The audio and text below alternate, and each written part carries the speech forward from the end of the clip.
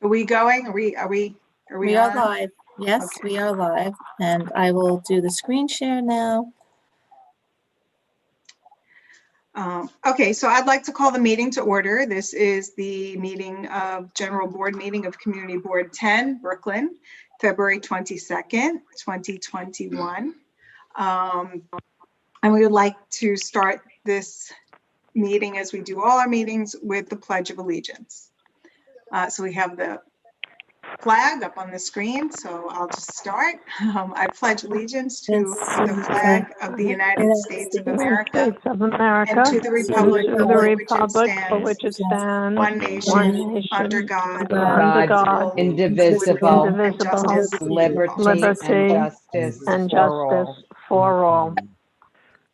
Thank you. And now I would like to call for an adoption of, wait a minute, the agenda. Joe? Hello. Hi, Joe, we have you. Thank you. Yes, the adoption. Adoption of the minutes. Okay. The adoption of the agenda is calling for. Yes. Oh, thank you, Joe. Second. Okay, thank you, Steve. And now I call for an adoption of the minutes. I'll take that. Okay, thanks, Dan. And a second? Second. Thank you, Dean. Dean. Okay, and now I'd like to start the public session. I would like to endeavor this month to really try to keep the public session down. Our meetings have been running for quite a long time, and I see our board members getting antsy toward the ends of our meetings. So I'm really going to try to keep us down to 2 minutes per person. And so we have signed up this evening to speak at the public session. And if I don't have everyone on the list, just let me know. But first, we have Assemblywoman Matilde Frontis with us. Good evening, everyone. Good evening. Really nice to see lots of familiar faces. It's been a very long time since we've been together in person. I hope everyone is doing well. Just wanted to share some greetings and say this is a very busy time of year for us in Albany. There's lots going on, but I appreciate all of you following up on what we're doing, following us on social media, calling the office. Our doors continue to be open. It's very important that people know that we are still there in the community, ready, willing, and able to serve you. We have lots of folks coming in. We're helping seniors with a lot of issues, whether it's housing, food insecurity, pantry issues, PPE. We have lots of folk who are still reaching out for help with unemployment. So whatever it is at all, don't be afraid to come by or call us. And if we can help, we will. If it's not something within our domain, we will be sure to point you in the right direction. We're always working on things behind the scenes. You can always count on that. So we have a couple of things brewing at this time. Obviously, this is the month of February and it's Black History Month. So we're having our annual Black History Month celebration this Thursday. It's going to be live stream on Facebook. It'll be a Facebook Live event. So please join us and put it in your calendar. Next month, we'll be having our annual Women's History Month celebration where we'll be recognizing women of distinction across the district. You know, last year I started talking about capital funding, and I know that some of you have been asking about that. So I haven't made my sort of public, I haven't made the news public yet, but I can say that we have selected all of our grantees. You'll be hearing from me very, very soon. Some of the money is going to, in fact, I think I've reached out to Josephine and has spoken to her about some of the choices, but we have some of the schools here in Bay Ridge, schools in Dyker Heights. So we'll be making that announcement pretty soon. And I'm just taking a look here to see if there's anything else. I wrote down a little list. Nope, I think I covered it. Wanted to thank the 6/8 as usual. Don't know if they're here. I know they have their own meeting, but I always say this. I really appreciate their professionalism and the relationship that we have with them. The fact that they're constantly reaching out, letting us know what's going on in the community in real time is very admirable, and we don't take that for granted. So I'm here if anyone has any questions. There's a lot happening in the state of New York. I didn't get too much into policy tonight, but there's lots happening behind the scenes. This is the busiest time of year for us. Not just, budget requests, lots of organizations asking us to help, but there's a lot happening in terms of cuts and advocacy groups reaching out, wanting to make sure that we don't cut funding to their groups. So I am available if anyone has any questions.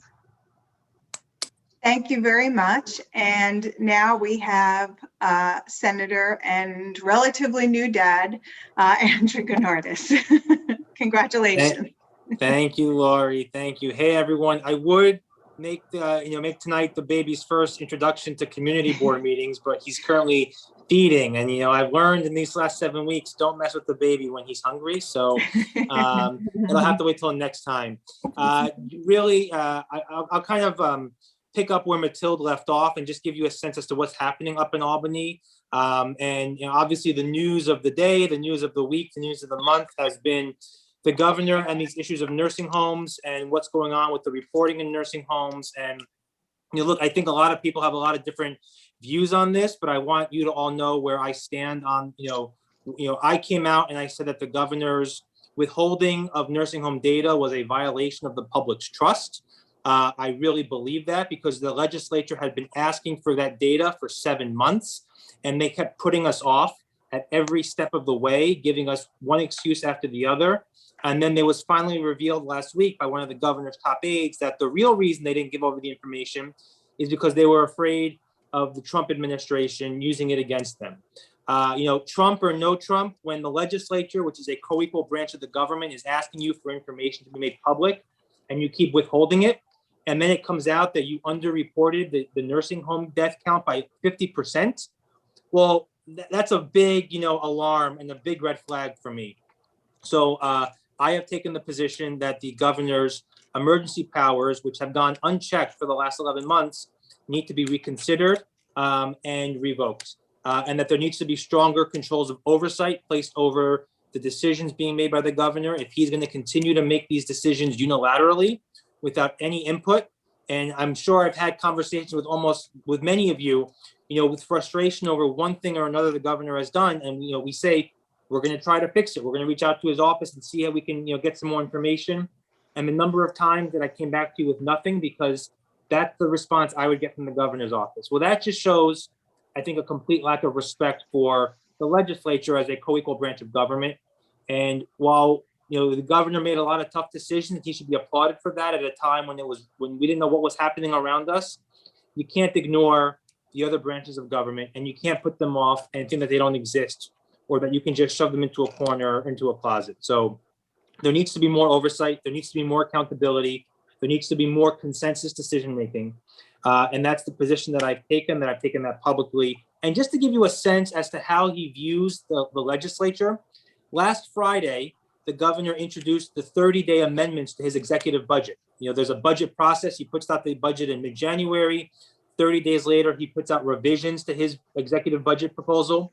He proposed creating a separate fund within the state's general fund that would house up to $3 billion of yet to be announced federal aid that he could then spend in any way he sees fit without coming to the legislature to ask what that money should be spent on.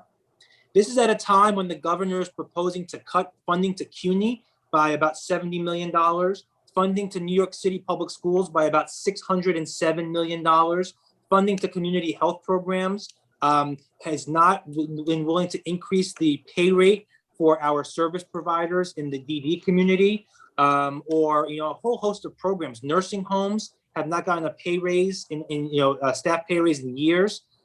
He wants to have a $3 billion slush fund.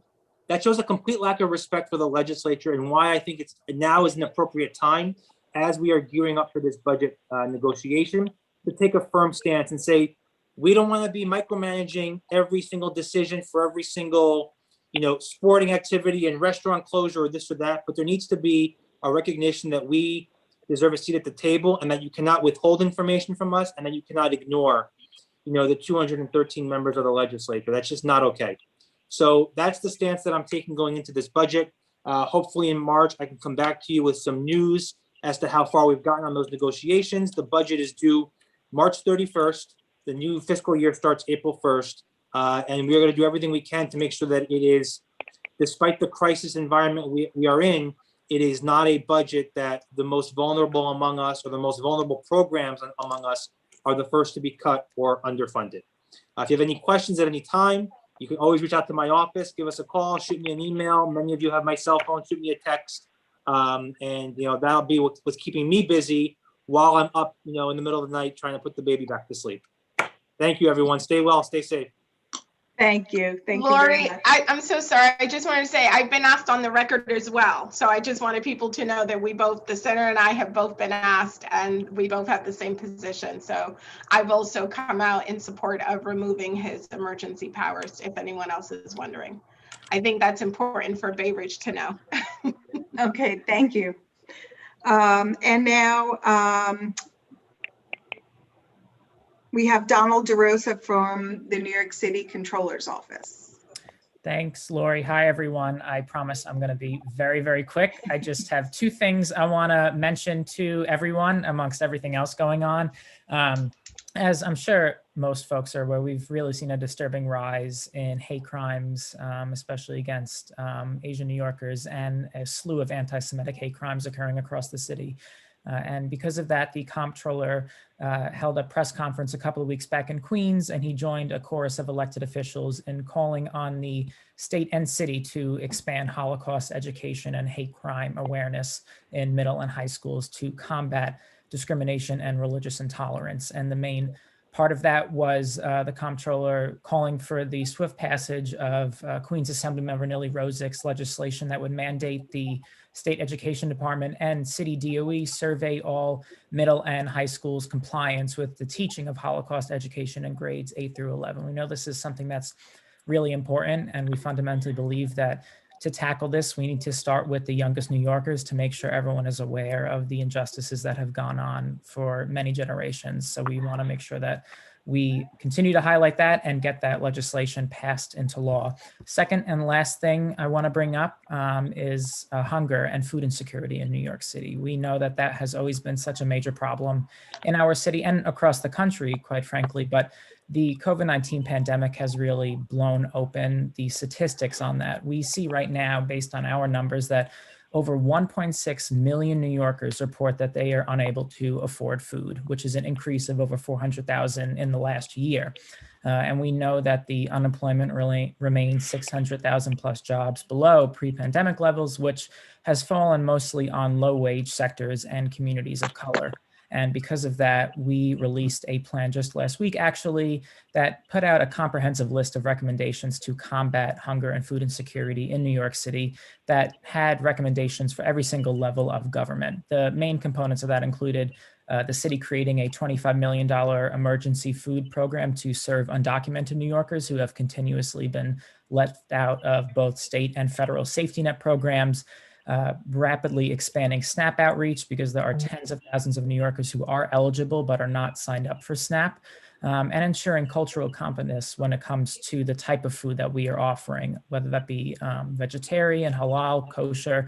We believe that we need to expand that. And one of the other main things of that was creating a shared delivery zone program, which we really heavily emphasize for NYCHA buildings specifically because there's a minimum purchasing requirement for food, and it is usually high, and it creates a roadblock for individuals to get food delivered. So we propose this idea of creating a shared delivery zone that individuals can pool in for one neighborhood location and share the cost of delivery fees to ensure that we can get food to New Yorkers. So these are just some of the many things that we are really advocating for. Obviously, there's a lot going on right now, and there's things small and large that are happening across our city that we, of course, need to bring attention to. So those are just two things. There's many, many more things, but I'm going to keep within the time limit and I will stop now. But I definitely appreciate the time. And of course, we'll come back to update everyone on all the other work that we are doing. Thank you.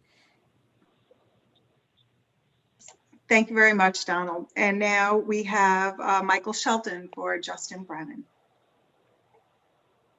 Hi, everyone. Can you hear me? Yes. Hi, Michael. Great. Hi. So yeah, Michael from Councilman Brannan's office here. We just wanted to say hi really quickly. I'm sure you all know by now that the councilman and his wife Lee both did test positive for COVID a while ago. So they've been home feeling better than they were. They're recovering slowly but surely. And anyone who knows Justin knows it's really, really hard to get him to stop working. So we've been telling him to rest, but he's at home still answering emails faster than we can and getting things done for people. So that said, if anyone does need our help with anything, as always, you can reach us by phone at 718-748-5200 or by email at askjb@council.nyc.gov. Yeah, with that, thanks. Good to see you all. Thank you. And now we have Edward Cerna from the Brooklyn Borough Director of the Mayor's Office. Hello, everyone. Edward Cerna, Brooklyn Borough Director for the Mayor's Office of Community Affairs. I want to talk about vaccines. As of February 22nd, New York City has administered 1,527,527 doses of the COVID-19 vaccine. Right now, the issue continues to be supply. The city has a capacity to vaccinate up to 500,000 New Yorkers a week. But the doses we are getting from the federal government, the state, is well below that marker. Last week, we also saw some delays in the delivery of the vaccine due to snow, but we are receiving shipments again today and for the rest of the week. So I would encourage folks to go onto nyc.gov/vax4NYC or by calling the hotline at 877-829-4692 to schedule your appointment. Also, the mayor announced a 3-pronged plan to vaccinate homebound seniors and the essential frontline home care workers that care for them. So beginning last week, the city launched on-site senior vaccination clinics in Norks. And with the arrival of the Johnson & Johnson vaccine in March, the city will be standing up more vaccination drives for homebound seniors. Again, there's a lot of work that we're doing today. We, just to sort of piggyback off of what my colleague from the Controller's Office said, we announced a 10-year food policy plan to address, again, what has been highlighted by this crisis, which is the inaccessibility of food for some folks. But again, I would direct folks to that plan because it's really lengthy, and I want to be respectful of folks' time. I can be reached at ecerna@cityhall.nyc.gov, and thank you very much, everyone. Thank you. And now we have Hanane Bajat from Assemblyman Michael Tannousis' office. I have a question for Mr. Cerna. It's Judy. Go ahead, Judy. Mr. Cerna, you noted that there would be vaccinations set up in the city at the Norks.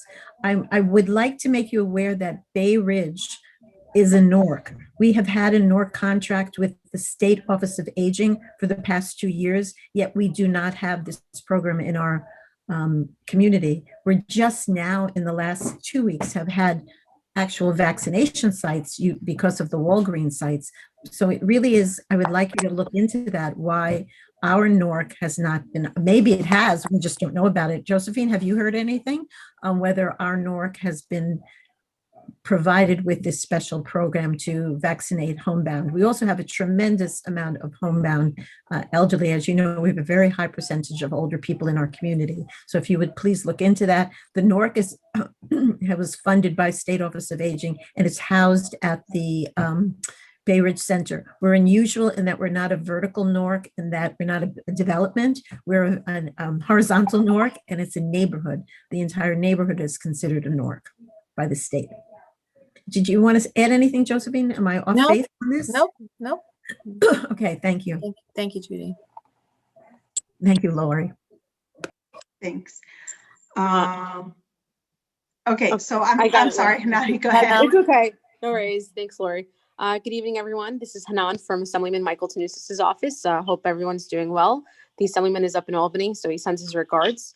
As usual, any state, local issues that you need assistance with, I will put in the chat our Staten Island line and our Brooklyn line. We have now a part-timer in the Brooklyn office. So I'll put both numbers in the event that the part-timer is not there. You could always call our Staten Island office.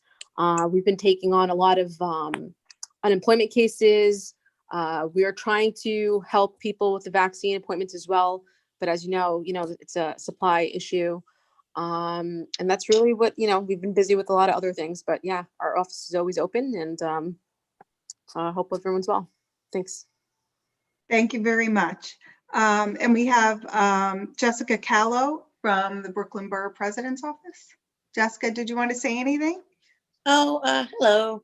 Hi. I knew you guys were trying to keep it down. So same thing as always, our monthly message is up on the website if anybody's curious what's going on in the borough for the week. And I wish you well. And as always, I'm always here if you guys need anything.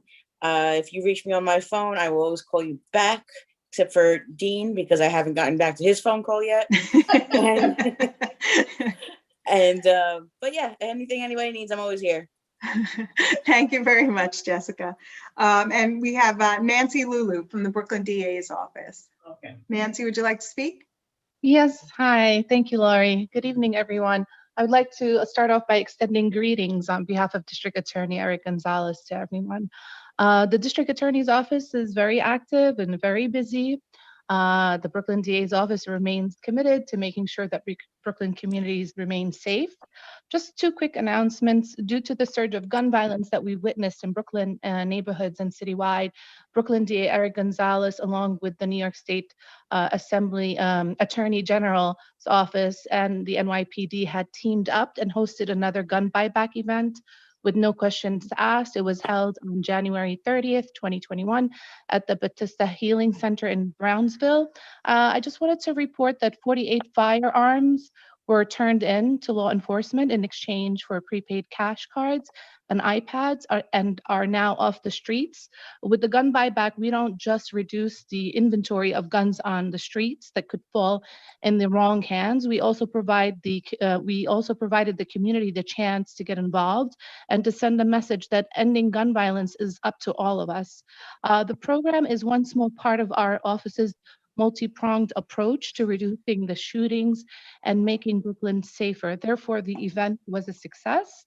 Also, in honor of Black History Month, the Brooklyn DA's office will be holding a virtual Black History Month event on February 25th at 6 p.m. I did email the flyer to the board, and I urge folks to get on the DA's social media platforms to check on updates and events. And finally, I would like to remind everyone with the Action Center's phone number. So if anybody has an issue, a matter they would like to bring to our attention, to please call 718-250-2340. And I could personally be reached at luluN at brooklynda.org. And thank you so much for giving us the opportunity. Thank you.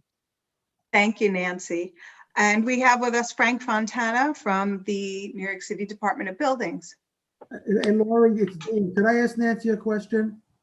Go ahead, Dean. Thank you. Nancy, with the gun buybacks, do you guys do a check on the weapons to see if they've been used in any crimes? What we do is we have a team while we're at the site. They just make sure that the guns are operable or inoperable. And based on that, that's how we distribute the prepaid cards. But after that, I really don't know what the procedure is. I could try to get more information and relate that back to Josephine. Yeah, just to know if they do a ballistics check or not. I'll get that information to Josephine. Thank you. Oh, you're welcome. Okay. Frank, would you like to speak this evening? Hi, yes, thank you. I hope everybody's doing well. Just want to share a couple updates in regards to local law 152, that's the periodic gas inspections. So any building above a 2-family is required to get a periodic gas inspection. It's submitted to Department of Buildings once every 5 years, that report. So right now, we are in different community boards, but for 1, 3, and 10, because they're staggered by community board each year, The city council voted to extend that that deadline for 6 months. So now they have until June 30th of 2021. So those property owners in 1, 3, and 10 to get those inspections completed and submit those reports to the Department of Buildings.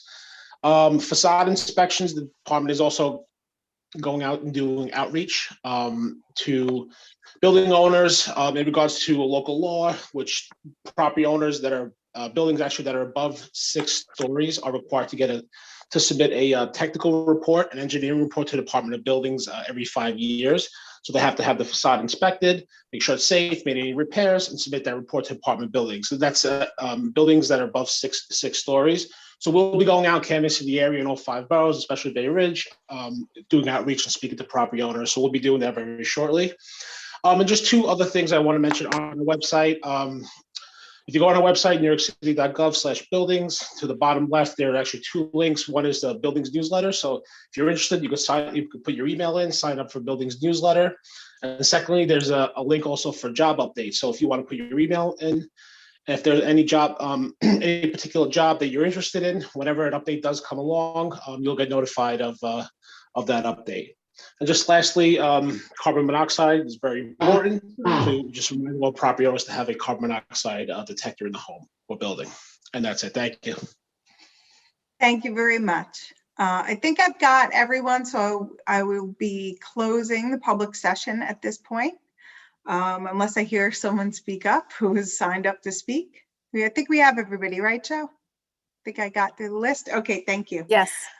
Okay, so we are on to the chair's report. I'll try to keep it short this evening. Good evening and welcome to Community Board 10's February 22nd, 2021 General Board Meeting. We have had a very snowy month and it's hard to believe that spring is only 26 days away. As we know, our district has a large senior population, and as you will hear during our committee report tonight, according to the Department of Aging, our district has one of the highest, if not the highest, projected growth rates for our aged population by census tract. The cold, snow, and inclement weather are particularly hard on our seniors in terms of mobility and isolation. So please continue to keep our seniors in mind, your neighbors and friends, and checking in on them, helping them with groceries or errands, shoveling, or even helping them sign up for the vaccine.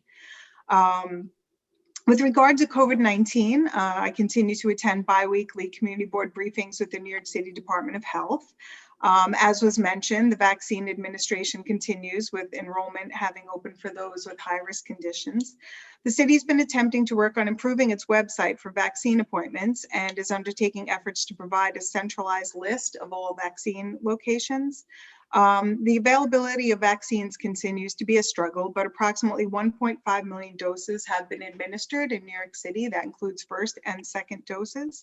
And there was also mention of the new CDC advice with regard to the benefit of double masking, and everyone was reminded that their mask should be well fitted and cover their nose and their mouth. And that everyone should continue to wear their masks, maintain safe distances, and wash their hands as the virus continues to spread, even with the beginning of the administration of the vaccine. The board has been including valuable vaccine information on and resources in our online newsletter. So if you're not getting that, you can sign up to receive it by sending a request to bk10@cb.nyc.gov. And I want to keep this short, so I'd like to wrap it up as always. I thank you for attending the meeting, and I hope that you remain safe and well. Respectfully submitted. Now I'd like to move on to a district manager's report. Josephine? Thank you, Lori. So good evening, board members. I'm happy to take this opportunity to first really thank the New York City Department of Sanitation. As Lori said, it was a really snowy month. And we're very fortunate to have a close working relationship with BK10. As you know, our boundaries are coterminous, and we had a lot of snow and sanitation related questions. And we really appreciate their responsiveness to our many requests for assistance. Following the snow and salt comes Con Edison manhole problems and potholes. In CB10, so far year to date from January 1, there were 84 calls logged into 311 for potholes, slightly up compared to the same period last year when there were 78. So this is kind of keeps us very busy during the months of February and March. We get lots of pothole related complaints and street work. Speaking of street work, National Grid is in the area. They're currently working on a major replacement of new mains from 77th Street between 5th and 7th. So you can expect intermittent street closures and traffic delays. The district office was also notified that DEP, the Department of Environmental Protection, will be doing roadway repair work on 73rd Street between 3rd and 4th Avenues due to a large void underground. The district office, as Lori said earlier, we have lots of seniors in the district who have been having issues navigating through the COVID-19 vaccine finder website. You know, many of our seniors, there is a big digital divide, so we've been really happy to help lots of seniors, you know, log on and get vaccine appointments, to try to help them navigate through the system. I wanted to take a moment to quickly highlight an upcoming meeting. Community Board 10 Senior Issues, Housing, Health, and Welfare Committee will be hosting an informational meeting regarding opioid use disorder on March 11th. So if any board members are interested in that topic, I'm going to be sending out a flyer to publicize this meeting this month, so please feel free to share. Just some really quick announcements. The 68th precinct, we have police officer Frank Ingebretson on the call today, but they've asked me to share that their NCO Build-A-Block meeting is scheduled for tomorrow, February 23rd, 7 p.m. at Fontbonne Hall Academy. Also, Embrace Winter Festival 2021 is happening this year, Saturday and Sunday, February 27th and 28th along 3rd Avenue from 69th Street to 89th Street. I did send that out in the newsletter on Friday, so if you want more information, please check that out. And our next general board meeting will be Monday, March 15th, right here on Zoom. Thank you, Lori. Respectfully submitted. Thank you, Josephine. I did want to mention that, thank you for mentioning that the Senior Issues, Housing, Health, and Welfare Committee will be doing the big mouthful. Yeah. The report on opioid disorder, because during the pandemic, it's been reported that drug use, opioid use, and dependence has really been a big problem due to isolation and other factors. And I really think that it's helpful for us to keep that in mind. It was an issue that the board gave a lot of attention to pre-pandemic. And I really think that it's very poignant now. So for anybody who would like to attend, there's a lot of information and resources will be given out as well. So thank you, Josephine. And now we have the Treasurer's Report with Shirley Chin. Thank you, Lori. Community Board 10 Treasurer's Report as of January 31st, 2021. The total personal services is $132,227.87. Total other than personal services, which is $6,599.54, leaving an unencumbered budget balance of $106,339.19. Thank you. Thank you, Shirley. And now we will move on to the committee reports. Our first will be the Police and Public Safety Committee report with Barbara Vellucci. Barbara, are you there?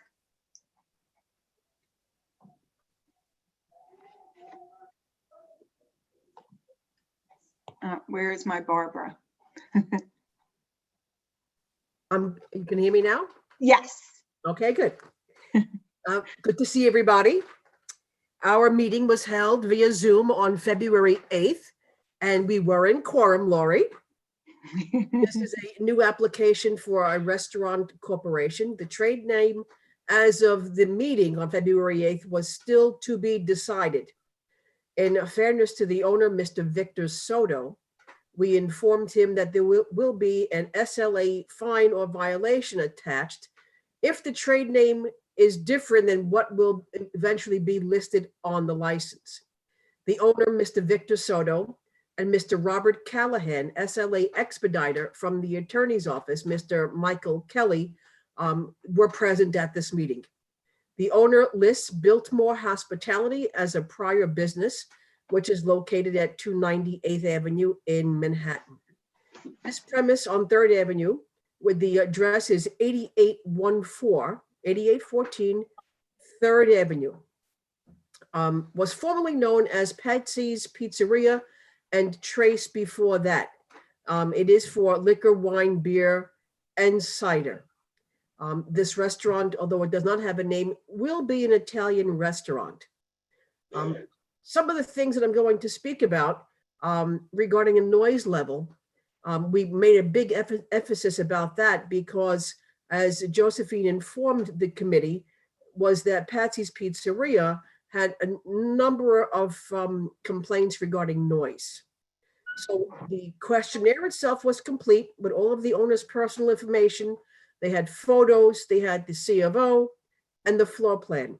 The menu appears to be a minimal draft, and like I said, there is no trade name attached. There will be only background recorded music and no outdoor use.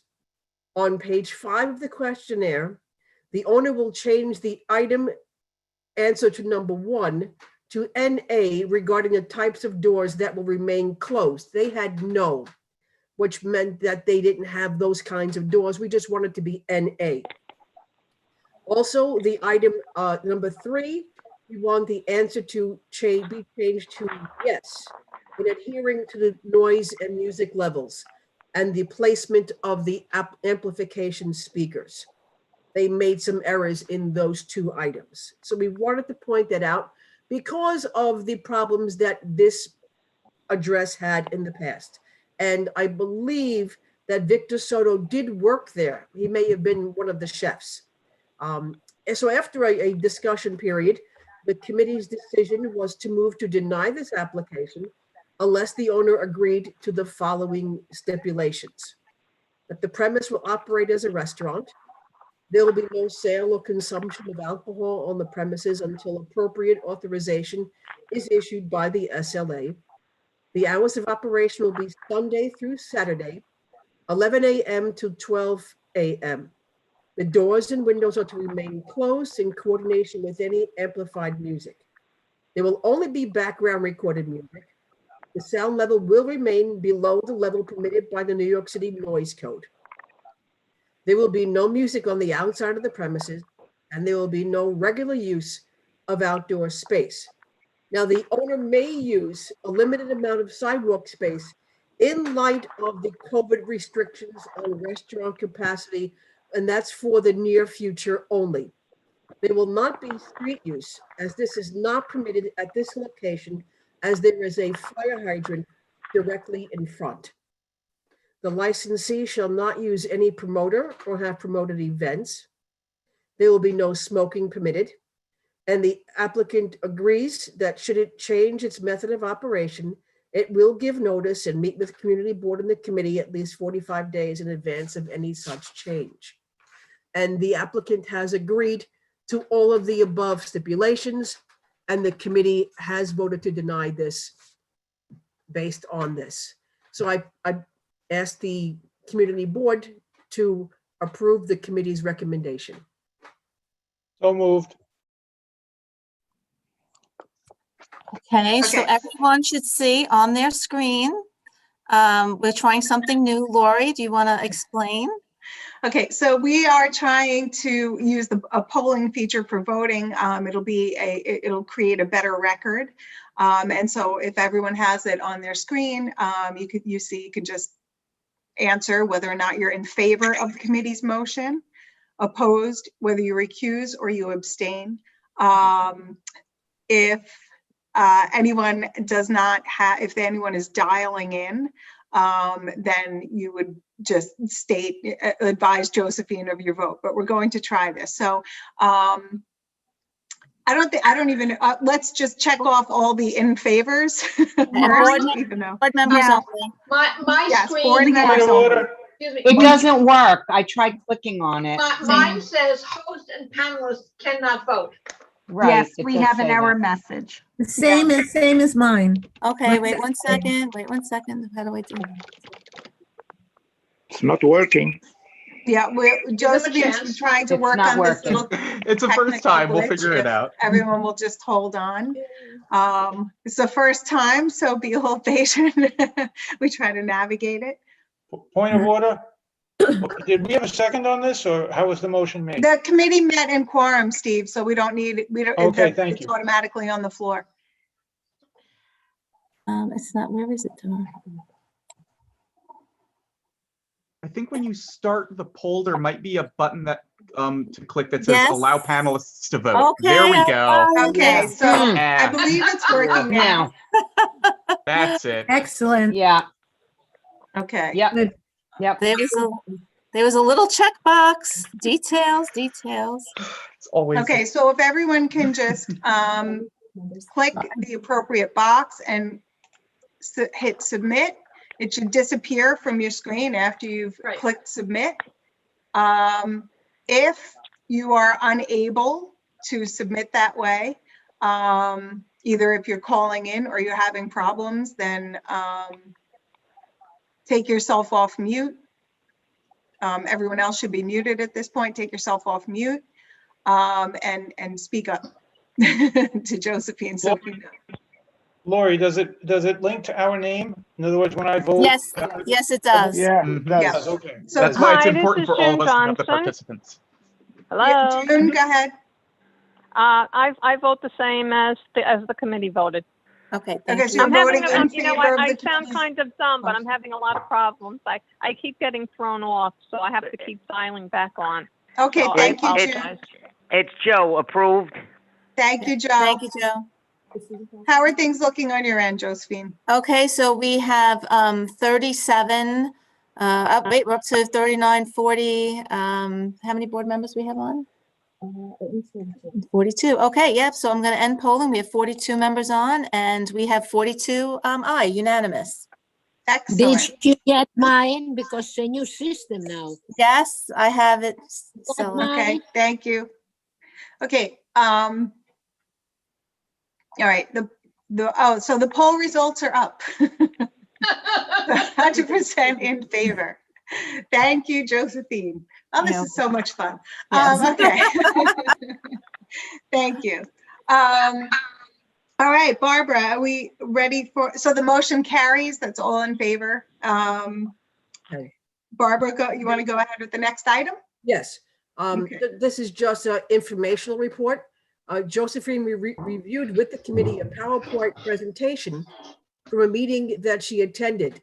This report was entitled An Update from Borough Board Presentation on the New York State Police Reform and Reinvention Collaborative, NYC Implementation of Executive Order 203, dated February 2021. Several questions were brought up regarding implementation of the People's Police Academy and the program to end gun violence and police officer recruitment. And Josephine said that she would invite someone from the mayor's office to address our community board at one of our upcoming meetings. She also informed us that police officer Panapinto will be moving to work in another capacity. And as of that meeting, maybe you mentioned it before I got here, but there was no word on his replacement in our precinct at this time. Respectfully submitted. Thank you, Barbara. Okay, and so that concludes the Police and Public Safety report for this evening. And we will be moving on to Traffic and Transportation with Jane Marie Kapitanakis. Okay, thank you so much. The membership of the Traffic and Transportation Committee met in quorum twice this past month via Zoom on Tuesday, January 26th, after our joint meeting at approximately 7 p.m. and on Tuesday, February 9th at 7 p.m. On January 26th, the committee reviewed DOT's plans to install 7 city bike stations along the northern border of Community Board 10. This is part of phase 3 of the city bike expansion. When you look at the city bike map, you see that the project has widened the area with bike accessibility in each of the phases, and this step begins the entry to our neighborhood and provides a transportation option for our residents. It had not been expected that our neighborhood would be included at this time, so this is good news for our resident cyclists. For those of you who are unfamiliar, City Bike is a station bike share system with membership pricing available. It is a public-private partnership. DOT is responsible for system planning and outreach, and Lyft is responsible for day-to-day operations and equipment. The planned locations are: number 1, the east roadbed of 7th Avenue, south of 62nd Street. Oh, thank you. I see that it's up on your screen here for you. The north roadbed of 5th Avenue, north of 67th Street and west of Eric Place. The east sidewalk of 5th Avenue, north of 67th Street. The east sidewalk of 4th Avenue, north of 67th Street. The west sidewalk of 3rd Avenue, north of Wakeman Place. The north roadbed of Wakeman Place, east of Ridge Boulevard, and the south roadbed of 65th Street, east of 2nd Avenue. The stations will have an average of 22 docks and are located every few blocks. This draft was created following a public outreach and use of a feedback portal. This meeting is the final stage before installation that is due to begin in February. Discussion included that the bike stations are placed where feedback from the community was meaningful, and it sets the foundation for the next phase. Since the pandemic, there has been an increase in ridership as more are interested in independent transportation options, and City Bike has included a program for critical workforce membership for essential workers. They have also increased their efforts to ensure safety by cleaning contact areas when bikes are returned to the depot monthly and disinfecting bikes as they are docked adjacent to high-use medical facilities. We discussed that the ferry on American Veterans Memorial Pier at 69th Street may be a viable location that creates a smooth transportation transfer for our residents. While the focus of this program is on transportation, if a pilot program develops for locations for leisure cyclists, we are advocating that the Shore Road Promenade is an excellent spot. We also discussed that there is now a capital project involving the sewers on Wakeman Place, and that this may impact the planned locations for the start of the project in that area. One of our board members voiced concerns about the lighting at 3rd Avenue and 64th Street by John Allen Payne Park. This is across from the towers near the highway, and it is a spot where traffic patterns are erratic as cars crisscross to their preferred directional lane. DOT was alerted to this point. There was concern around sidewalk placement for several of these locations, and DOT noted that when stations are placed on the sidewalk, the width of the sidewalk must be 15 feet or greater. Several members of the public also voiced concerns about the proximity of the stations along Wakeman Place and the impact on parking. They requested if one of the stations could be moved closer to Ridge Boulevard. Most members of the public who attended were in favor of the expansion and look forward to the expansion further into Bay Ridge. Once again, this is an informational report, and we appreciate the transportation options being brought to our community. That meeting ended at 8:20 p.m. But then on February 9th, the Traffic and Transportation Committee met again in quorum via Zoom. The first item on our agenda was an informational report. I see that I have my order of events is, I think, different from the agenda that you have. If I could just skip down to the MTA piece, that would be great. So it was our proposal by MTA to install a part-time S79 bus layover at the southeast corner of 4th Avenue at 87th Street. MTA representative Melissa Farley spoke with us. They note that there is a lot of bus traffic in that area, and S79s are often backed up and double parked as they are waiting to pull into the bus stop at 86th Street. MTA had requested this, and DOT has agreed to this layover spot at the corner of 4th and 87th by the D2 storefront. This would be a part-time layover between 6 a.m. to 8:30 a.m. They are hoping the police will help them enforce the limited hours and that buses will be out of that spot once the 8:30 time ends. There was concern from board members that the issue lingers way past 8:30. MTA will look into better controlling when buses are coming in.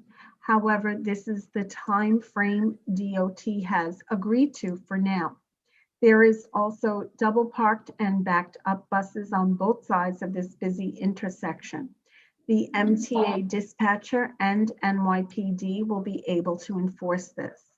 It was suggested that with the loss of Century 21, this may be a time to investigate whether 87th Street could be used for bus layovers. Although I'm hearing different things on social media about what may be happening in those locations. Once there is data from the elevator on 86th Street, mass transit ridership data, we may need to look at some of our previous committee suggestions and discuss with MTA how we can ease the congestion in this area.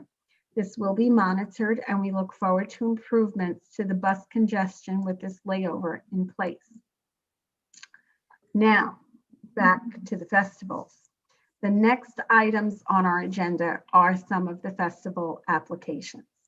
Now, although we all know that this is a time presently when we're not gathering in large crowds, we have to have hope for a time in the future when restrictions may be eased. If we put things in place, then maybe they can happen. But if we don't put this in place now, we miss our opportunity. District Manager Beckman reached out to the Mayor's Office of Street Activities, and presently there are officially no activities or street events through February, but this is being evaluated on a month-by-month basis as we proceed. District Manager Beckman did advise our street festival applicants of this, and applications had to be submitted by December 31st of the prior year. Our recommendation was for them to apply, and we would monitor the situation going forward through the year. February is typically the month that we review these. For the sake of the applications that were submitted, we would reaffirm our approvals from 2020 that were for the events that were canceled. Once again, we don't know if this will be able to take place, but we want to review our motions that we had voted upon last year. These applications had been approved with stipulations that had been put into place, and we will do this in 3 different votes. So the first item is for, as you see on your screen, ID number 556108 for the Holy Cross Greek Cultural Festival on September 16th through September 19th, 2021 from 12 p.m. to 9 p.m. for setup at 10 a.m. and breakdown by 9:30 p.m. with the same stipulation we had to be put in place as last year, that there will be no music past 10 p.m. At our committee meeting, we had a motion. The committee voted 10 in favor and 1 recusal. Do we have any questions or discussion? Okay, then perhaps we're ready for that vote. And I see that we have our magical ballot is appearing on my screen, and I hope that you will see it. So if you would please take a moment to vote on this application. Approved, Josephine. Okay, thank you, Joe. Approved. Thank you, Thank you. June. Joe. Thank you.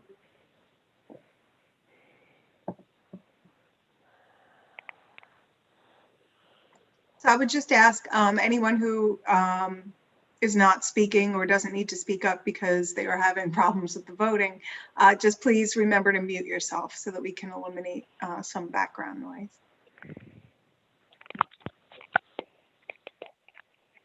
We have 41. Okay.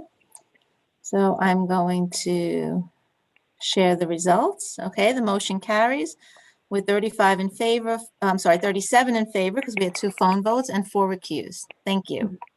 Thank you. All right. And next we have on our agenda is our 3rd Avenue Festival, ID number 554792, to take place on October 3rd from 10 a.m. to 6 p.m., set up beginning at 8 a.m. and breakdown by 8 p.m. with the following stipulations. So if I can ask you to take a moment to look at your screen where the stipulations are all listed for you.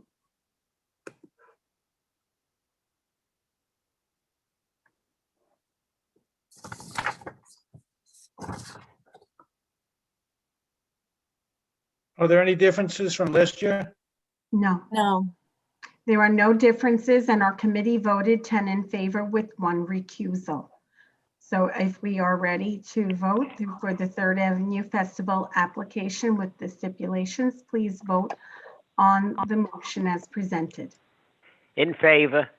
In favor. Thank you. Thank you.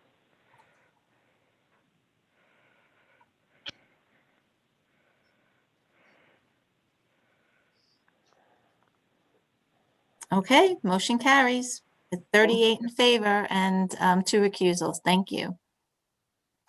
All right. And then our last item is ID number 554756 for the Fifth Avenue Festival on June 6th, 2021 from 10 a.m. to 6 p.m. with setup at 8 a.m., breakdown by 8 p.m. with the following stipulations that are listed on your screen. Please note once again that the committee voted 9 in favor with 2 recusals. And if you could take a moment to read that over. And of course, if you have any questions or discussion, please let us know.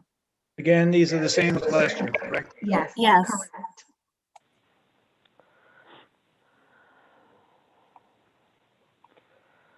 Lori, we have 2 members raising their hands. Let me see. Let me do the stop share. Richard Day. Richard, you had your hand raised? Yep. Hi. So I can understand the festivals that are later on in the year, having some hope for those, but this one seems pretty, close in the future. It's in June. I was just wondering if there's anything we can add to there, or actually, I'm just saying I don't know how this can actually be held. Right. Is I guess my point. Yeah. It doesn't seem possible to socially distance. It doesn't seem like we'll be out of the woods as far as this pandemic goes. I understand this vote needs to take place for it to have a glimmer of hope, but I guess I think it'd be a little irresponsible to actually hold it. I just wanted to put that out there. Right. And we know that there are other guidelines for that and adhering to CDC guidance, to guidance from the governor, from our state, from our city. We know that there are many different layers before it would get down to actually being able to occur. We know that our restaurants are really desperately seeking to open and to start opening their doors as well. There are many layers to happen, but their guidelines for their calendar for approval have a tight window. And so we have to abide by the window or there's nothing at all. And that's how this came to be. Okay, understood. Thank you. Thank you. Lori, have Barbara Vellucci, her hand raised? Did we lose Lori? Okay. Can you hear me? Yes. Just a question regarding the marshals that are out monitoring the establishments that don't have the one-day license to sell alcohol. Do we have a record, or do we ever get a record of places that are selling when they shouldn't be on these days? We get a list of those that are licensed. If there are anyone that is not licensed and is operating, the marshals inform them they have to stop. If they don't listen to the marshals, then the 68th precinct is called. But we have not had that. So we didn't have an event last year, but the year prior, I was out and everyone that was licensed for the one day was operating. There was no one in violation. Okay. Let's see.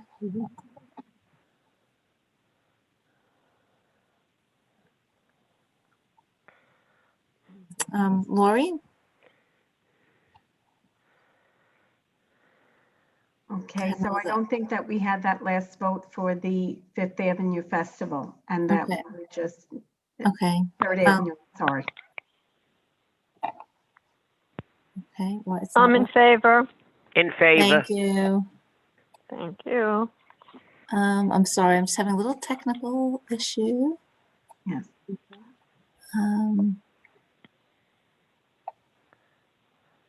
Okay, here we go. Got it. I was stuck. Okay, does everyone see it? Yes, it is now up for the Fifth Avenue Festival. Thank you for that.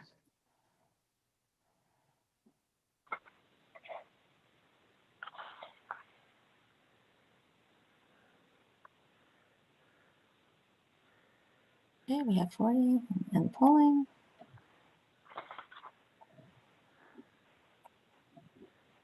Okay, the motion carries with 35 in favor, 1 opposed, and 4 recusals. Thank you.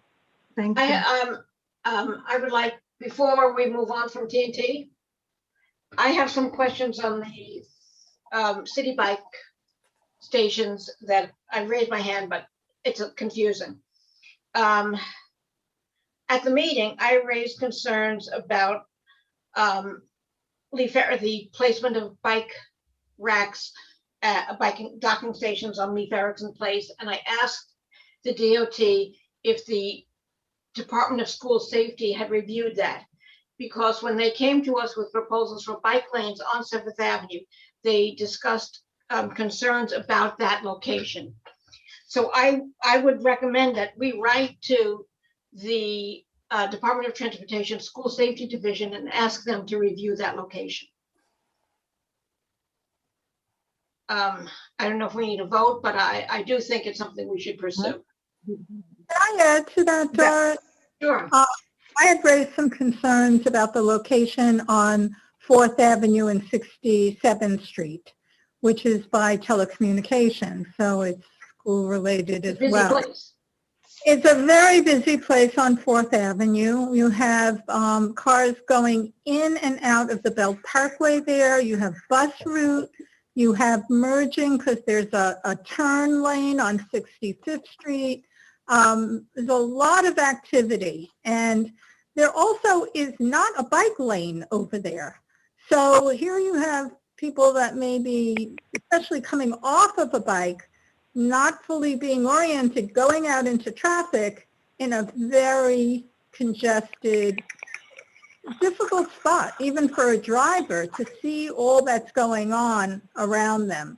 So I'm very concerned about that location. And I want to be noted as saying so, and then if we are involving the school authority, and we can add that location as well. Well, right now, I would just like to, this was an informational report, so we weren't making a recommendation. So if Doris is making a motion, yes, I am, to write a letter about that location, then we've got Doris's motion on the floor. I would add, then can I amend my motion to add 2 locations? That's what I was going to say, and possibly a friendly amendment from Iris coming in. But I just want to make a motion. I just want to kind of keep track of it here. So go ahead, Doris. You wanted to? Okay, I would like to make a motion that we write to the School Safety Division of the Department of Transportation to have them review the siting of a docking station on Leaf Erickson Place and at, where is it, Iris? 67th Street and 4th Avenue. Okay. Okay, so that is Doris's motion. Can we add another location? I second it. Oh, okay, so we've got a second by Joe, and now, all right, so I'm just going to ask it because I see we're going to get a lot of discussion here. People can raise their hand, but I've got Julie who would like, so I'm opening the floor for discussion. Go ahead, Julie. I'm sorry, I wasn't going to say anything because I knew it was only informational. But my concern. Out of the bag. Go, Julie. I know, so I figured I'll chime in. I was concerned about the one on 3rd Avenue in Wakeman because they're supposed to be building a school right there also. And I thought that this is an absurd location with the new school that's supposed to be going in there. It just made no sense to me either. It also seemed like there's this concentration, not that I want bike stations to come where I am on the other end of Bay Ridge, but seemed to be this very large concentration of bike stations in the lower end of Brooklyn. And, you know, they all seem to be kind of close to each other. So, Okay. Okay. I can just like to Go ahead, just Jean. share a little bit on that. So this phase of the city bike expansion was really primarily in our neighboring district, okay, in our neighboring community board. And so this coming into our end of the community district, this is just starting at that lower end, adjacent to where the bikes are currently located. So that's what I was trying to say, like it keeps expanding and widening. And this is a city initiative. This is something that's coming all through the city. And so this is something that is expanding, and it's expanding one stage at a time. Quite frankly, the next piece of our neighborhood will be coming in. This is phase 3. That'll be in phase 4. And it's every couple of years that they've been able to do this, like 2 to 4 years between the different phases of the city bike expansion. And you know, this is something we've been working on as a community and as a community board, and it's been a bend and a stretch and a give and a take and discussion around it, because this is really about transportation options for the community, the whole community.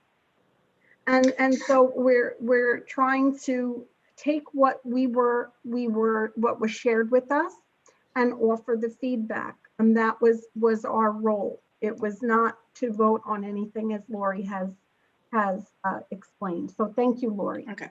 But we do have a motion on the floor by Doris to send a letter expressing a concern about certain locations, and I have a second. So we're in the course of discussion on that. Mm-hmm. And I see that Anthony Marino has a hand up. Anthony, would you like to speak on that? Yes.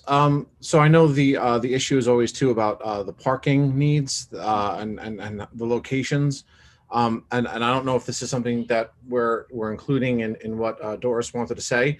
I'm not sure exactly. I'm not 100% up to date with all the different locations and stuff, but I know that in Red Hook on Van Brunt Street and Walcott, the stations are set up actually not on the street. They're next to the playground, so it's not taking up parking.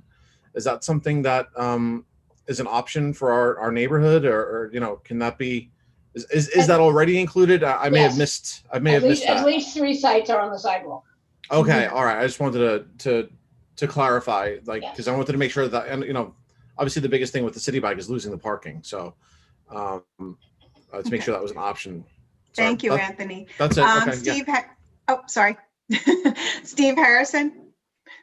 Yeah, to the extent that people believe that these are hazardous, wherever they're put, wherever they would be in Bay Ridge or in Community Board 10, I dare say would be far better situated than most of them would be, for example, in Manhattan. And yet I haven't heard a lot in Manhattan about the bike stations themselves causing any kind of incidents. So if the issue is one of danger or something of that nature, I don't think it really exists if you really compare it to far more dangerous places in Manhattan. Okay, thank you, Steve. And now Dan Heddix, I see you've got your hand up. Yeah, I just heard that maybe a little bit of confusion about that there aren't bike lanes on that stretch. The Leif Erikson Park Greenway is actually our connector from the new 7th Avenue lane that we just approved and had built, going all the way down to the water and the promenade. So it is in the park itself. Maybe if we're walking along those paths, you don't really notice it, but that is a signed bike path off the streets that runs the entire length of where all of these stations are actually located. So it seems like every station, looking at the location map, is within like 100 yards of a protected greenway bike path. Okay, thanks, Dan.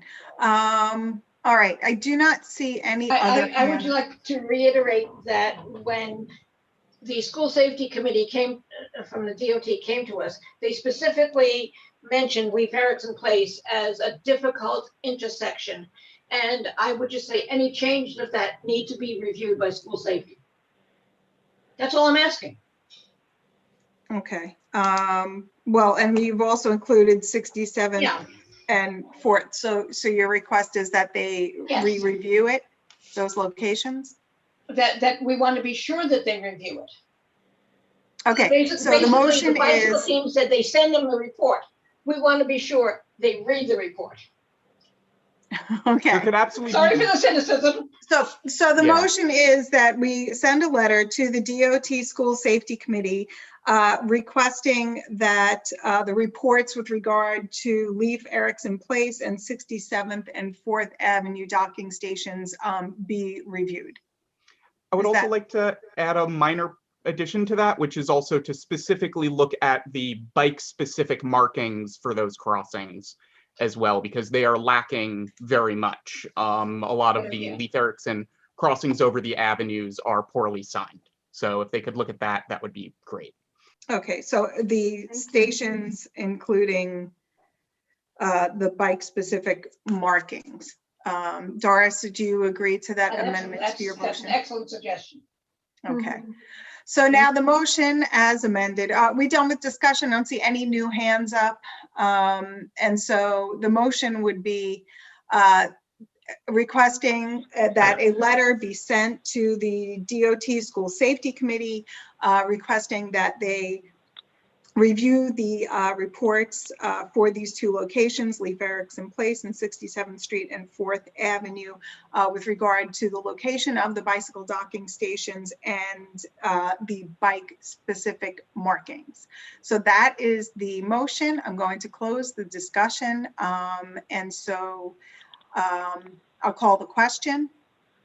All in favor? Jill, In do you have a favor. polling feature for this, or do we? We don't, I'm sorry. Next month I will make one for motions that we don't have in advance. All right, But if I have you all on grid view, so if you could raise your hand. Okay, all in favor? Okay, I see you all. Okay, any opposed? In favor. Okay, thank you, Joe. June? Opposed? Any opposed? Okay, I see no hands opposed. Is that correct? Is Lori has her hand up? Oh, I'm sorry. Judy Grimaldi, oh no, are your hands up for being opposed or being in favor? In favor, okay. And No, they're any in favor. abstentions or recusals? Okay, Okay, you got your screen, you good? yeah, I'm sorry, Larry, are you a recusal? Larry, you have to unmute yourself. You're talking, but I don't hear you. Abstain.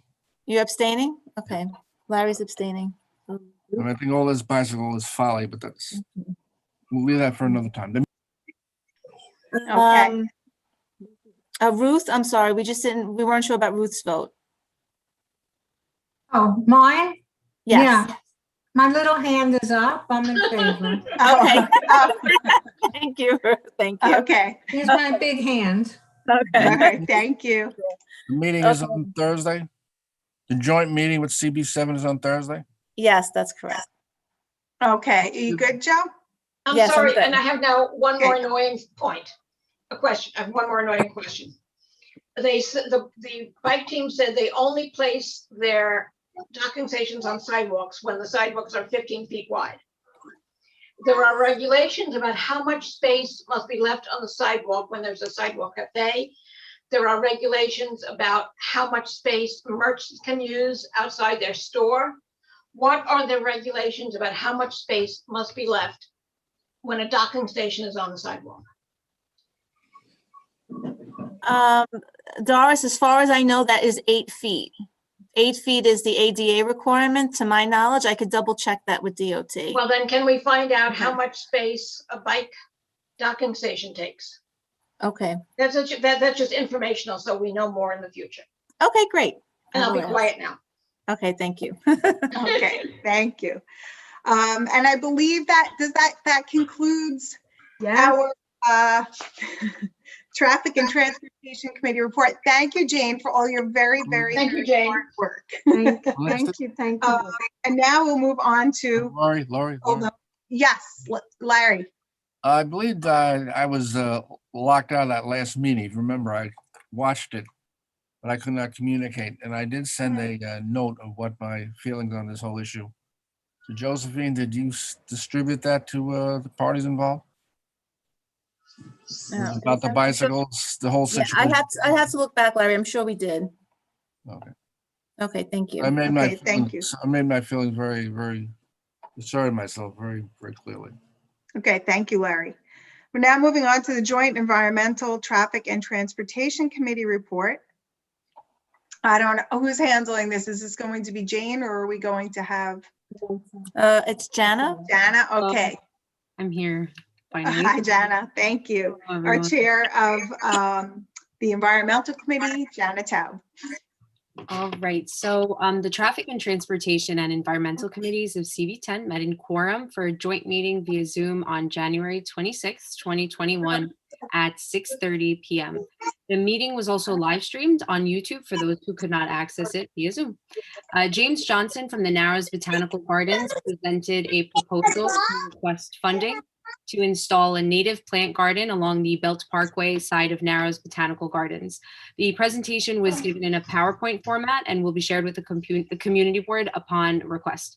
Johnson explained in detail that the current plant located on the strip was a mugwort plant that happens to not only demand a very high cost in maintenance, but also happens to be extremely invasive and useless for the surrounding ecosystem. So Johnson stressed the importance of planting native plantings in the strip instead of the current mugworts because of their ability to enhance the ecosystem as a whole. The native plantings such as meadow flowers and milkweed would support our native birds and bring healthy, harmless insects like the monarch butterfly to the ecosystem.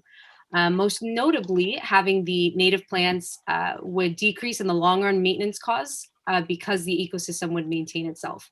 So board members asked about the maintenance after removing the mugworts, and Johnson explained that it would be intensive maintenance during the first 2 years because the plant's invasive nature, but after that, the ecosystem would maintain itself.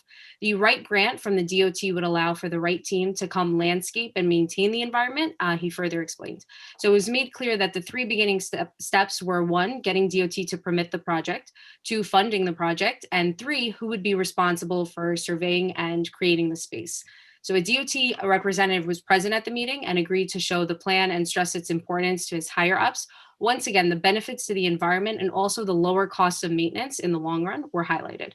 The committee then voted in favor to support the request for funding to install a native plant garden along the Belt Parkway side of Narrows Botanical Gardens. So then the environmental committee portion of the meeting ended about 7:10 p.m.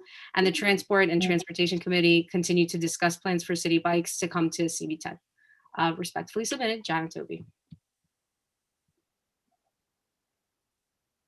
Thank you very much, Jana. So now this was just an informational report. So we are moving on to our Senior Issues, Housing, Health, and Welfare Committee report.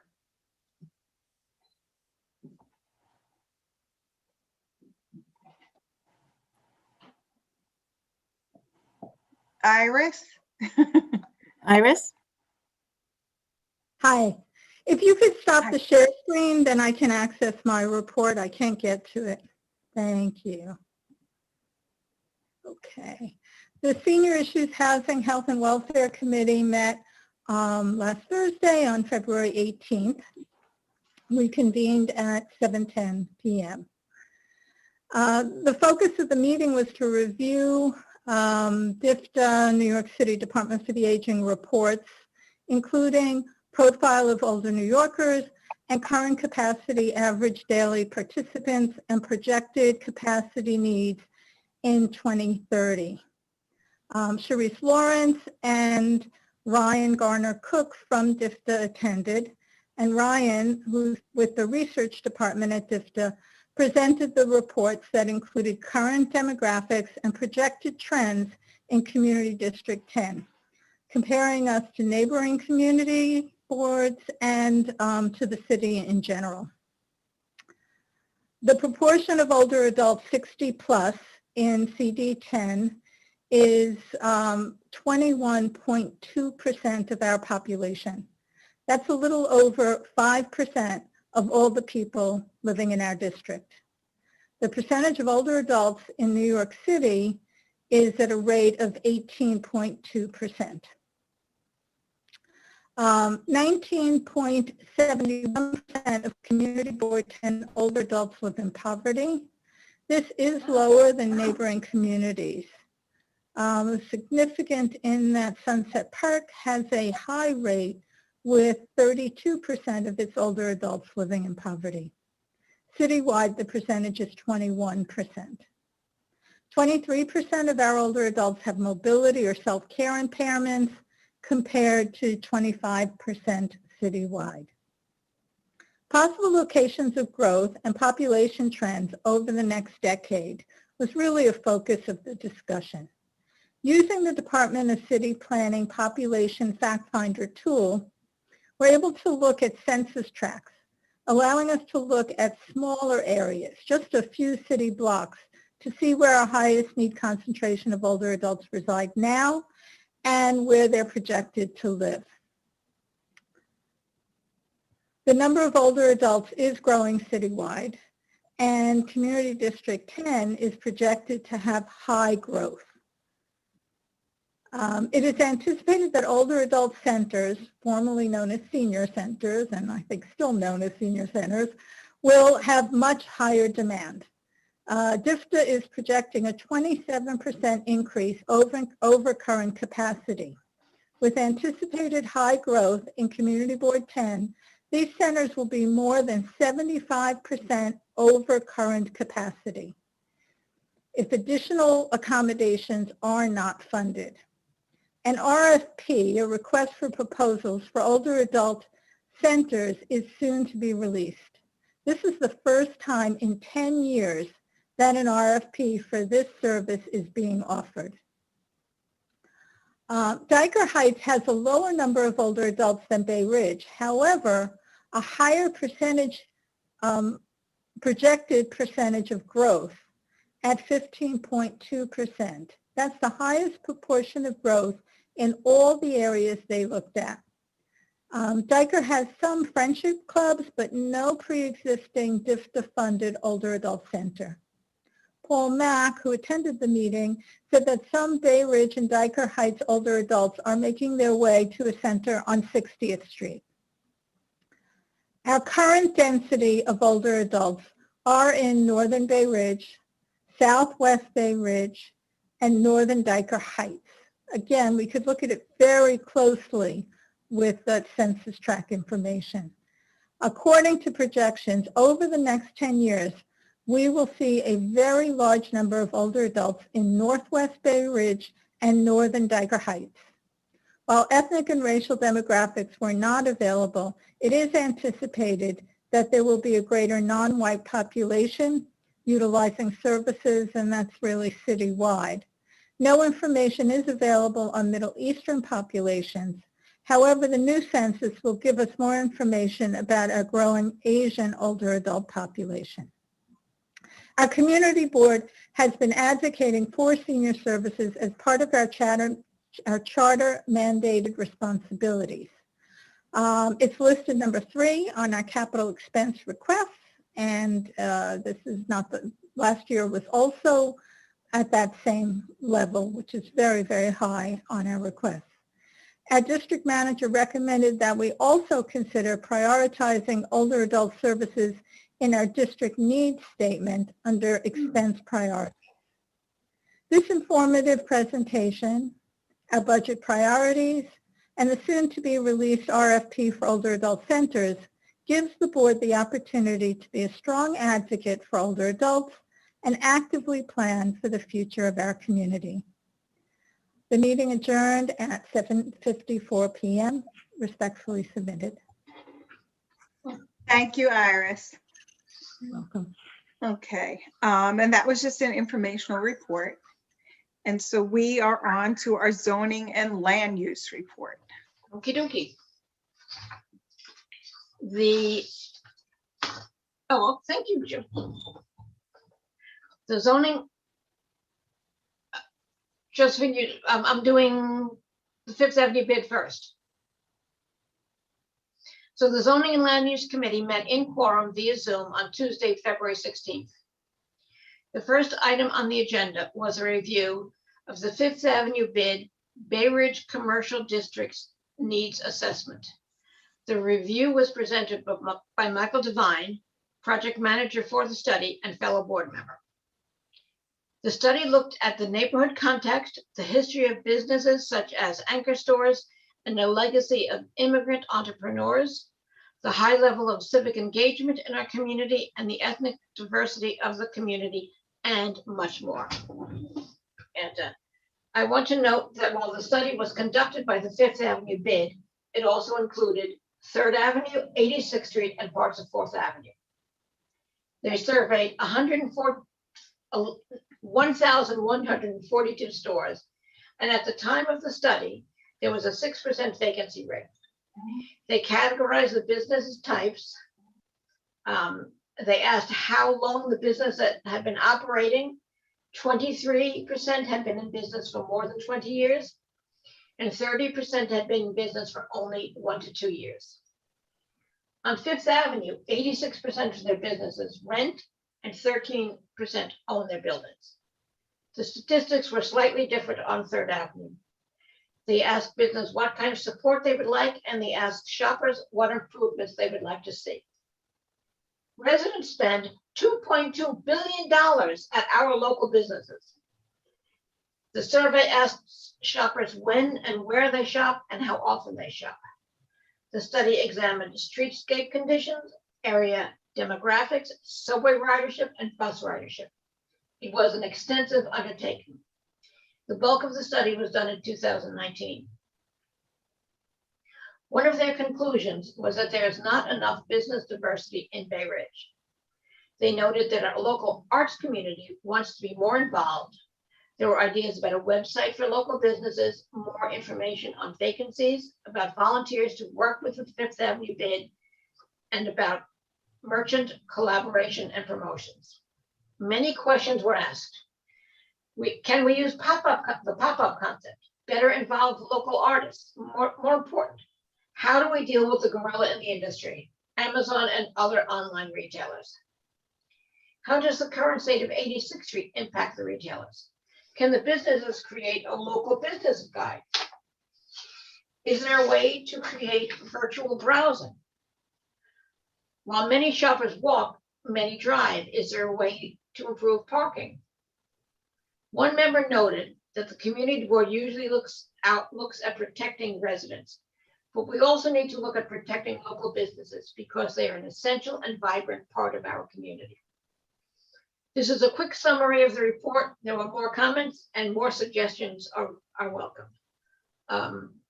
I would like to ask Michael Devine if he has any comments, or if anyone would like to make comments on needs they see in our business for our business community. Good job, guys. And I think this is an ongoing process, and we will be hearing more about it. So thank you very much. The second item on the agenda was a review of the Community Board 10 Zoning 101 Guide, prepared by Anish Pendarkar, a Columbia University graduate student who was a Community Board 10 fellow and who worked on zoning issues with the board. The guide was presented to the full board at the January meeting. I would like to remind everyone that Anish's guide was met with enthusiastic support. At that time, it was suggested that a simplified guide tailored to the zoning districts in CB10 be mandatory reading for all board members and be available for community board members in any discussion of zoning issues.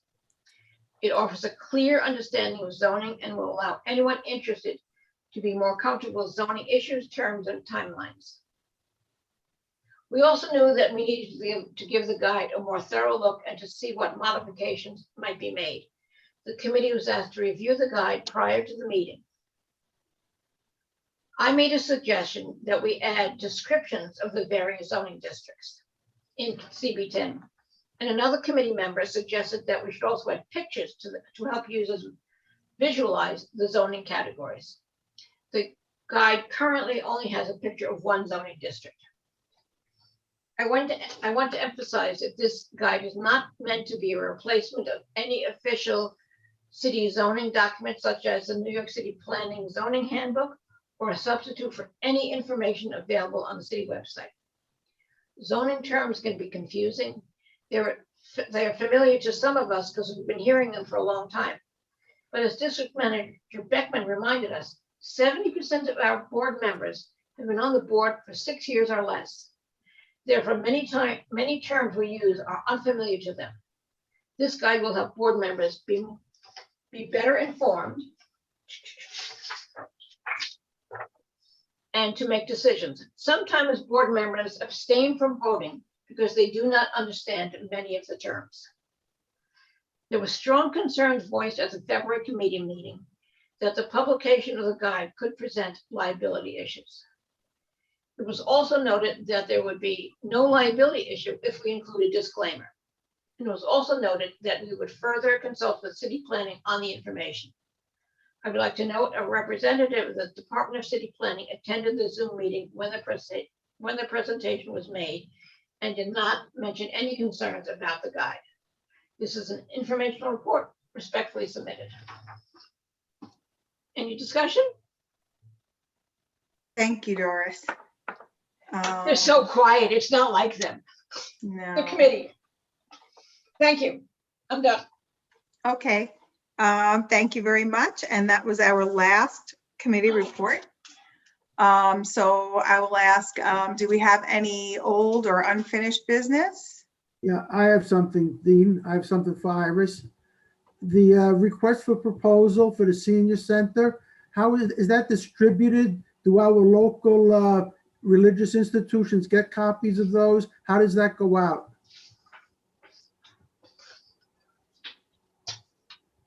That's for you, Iris. Yeah. Okay. I can't. Yeah, I think it's widely distributed. It's also, I'm sure, on their website. Josephine, do you know any?